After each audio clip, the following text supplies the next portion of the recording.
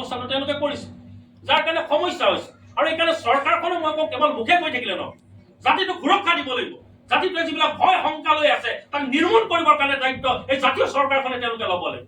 আৰু এইকাৰণে NRC পুনৰীক্ষণৰ যিটো ব্যৱস্থা আছে তেওঁলোকে কৰিব লাগে। এতিয়া আপোনালোকে চাব, NRC 2011 চনত ইকনমিক এটা ছাৰ্ভে হৈছে।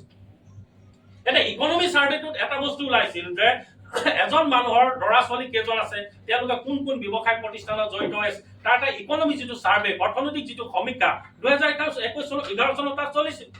এতিয়া NRCত গৈ আপোনালোকে সমস্যাটো ক'ত হৈছে, এজন মানুহৰ প্ৰায় 300-400কে ল'ৰা ছোৱালী দেখুৱাবলৈ আৰম্ভ কৰিছে। তেতিয়াহ'লে 2011 চনৰ যদি ইকনমি যিটো ছাৰ্ভে আছে তাতো যদি আমি দৃষ্টি নিক্ষেপ কৰোঁ, মই ভাবো যে এই সমস্যাটোৰ পৰা আমি সমাধানৰ এটা বাট আমি পাব পাৰোঁ। দ্বিতীয়তে, যিটো বনাঞ্চলবিলাক বেদখল মুক্ত কৰাৰ যিটো সংৰক্ষণৰ ব্যৱস্থা কৰিছে, কাৰণ এই কথাটো আজি কেৱল অসমৰ নহয়, গোটেই বিশ্বব্যাপী এটা সমস্যা আছে। জলবায়ু সাংঘাতিক ধৰণে পৰিৱৰ্তন হৈছে, বিভিন্ন সমস্যাৰ উদ্ৰেক হৈছে, মানৱ জীৱনলৈ এটা ভয়াৱহতা নামি আহিছে।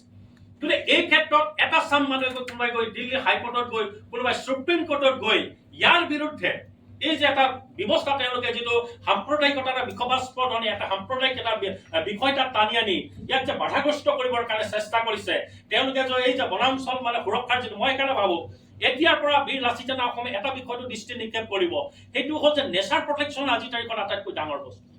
গতিকে প্ৰকৃতি সুৰক্ষাৰ কাৰণে দেশীয়, ৰাষ্ট্ৰীয়, আন্তঃৰাষ্ট্ৰীয় পৰ্যায়ত যিবিলাক সংস্থাই কাম কৰি আছে, মই ভাবো তেওঁলোকে আহি আমাৰ যিবিলাক বনাঞ্চল ইতিমধ্যে বেদখল কৰিছে, যিটো বেদখল মুক্ত কৰিছে, এই ক্ষেত্ৰত প্ৰকৃতি সুৰক্ষা কৰিবৰ কাৰণে যাতে দেশীয়, ৰাষ্ট্ৰীয়, আন্তঃৰাষ্ট্ৰীয় পৰ্যায়ৰ যিবিলাক সংস্থা আছে তেওঁলোকে গুৰুত্ব সহকাৰে যাতে এই কামখিনি কৰি আগবঢ়াই লৈ যায়।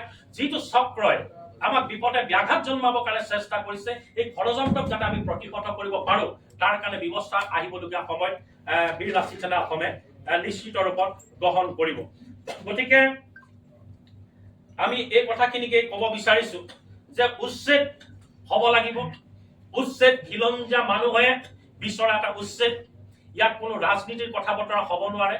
কোন চৰকাৰ কি আছে আমি ক'বলৈ নাযাওঁ, কিন্তু আমাৰ মাত্ৰ এটাই থাকিব লাগিব যে খিলঞ্জীয়া মানুহে সদায় জাতিৰ পক্ষত অৱস্থান ল'ব লাগিব। আৰু যিখন চৰকাৰে জাতিক সুৰক্ষিত কৰিবৰ কাৰণে পদক্ষেপ গ্ৰহণ কৰিব, সেই চৰকাৰখনক মই ভাবো যে অসমীয়া খিলঞ্জীয়া মানুহে ভৱিষ্যতৰ কাৰণে এই চৰকাৰৰ লগত এই বিষয়টো থিয় হ'ব লাগিব। কিন্তু সমান্তৰাল ৰূপত চৰকাৰখনে যদি কেৱল নিৰ্বাচনী বৈতৰণি পাৰ হ'বৰ কাৰণে কেৱল ৰাজনৈতিক উদ্দেশ্য প্ৰণোদিতভাৱে এই ধৰণৰ যদি কাম কাজ কৰিবলৈ আৰম্ভ কৰে, তেতিয়াহ'লে তাৰ বিৰুদ্ধেও যাতে আমি এটা সবল প্ৰতিবাদ সাব্যস্ত কৰিব পাৰো, এটা প্ৰবল জনমত যাতে আমি তৈয়াৰ কৰিব পাৰো, তাৰ কাৰণে জাতি সত্তাটো সাজু হৈ থাকিব লাগিব। গতিকে এই কথাকেইটাই আপোনালোকৰ মাজত ক'লো। এতিয়া বহু ক্ষেত্ৰত আপোনালোকে দেখিছে যে অসমত প্ৰায় বান গৰাখহনীয়া যিটো কথা হয়, যে সংখ্যাই কয় প্ৰায় 450খন মান গাঁও বান গৰাখহনীয়াৰ কবলত পৰিছে। তাৰে 350খন মান যদি আপুনি চায় বা 300খন মান গাঁও আমাৰ খিলঞ্জীয়া মানুহৰ গাঁও। আৰু যদি আমি চাওঁ যিবিলাক মানুহে এতিয়া কৈ থাকে যে আমাৰ ভূমিহীন প্ৰায় 150খন মান গাঁও তেওঁলোকে হ'ব। এতিয়া 150খন গাঁও ভূমিহীন মানুহে যিসকল গৰাখহনীয়াৰ কবলত পৰিছে, তেওঁলোকে যদি অসমৰ আধা সংখ্যক জেগা দখল কৰিবলৈ যায়, তেতিয়াহ'লে এই কথাটো গ্ৰহণযোগ্য নহয়। অসমৰ বিভিন্ন প্ৰান্তত খিলঞ্জীয়া মানুহৰ ওচৰলৈ গ'লে দেখিব তেওঁলোকৰ যিটো আধিপত্যবাদ, তেওঁলোকৰ যিটো আগ্ৰাসী মনোভাৱ, প্ৰত্যেকটো ক্ষেত্ৰত অসামাজিক কাম কাজবিলাক বাঢ়িবলৈ আৰম্ভ কৰিছে।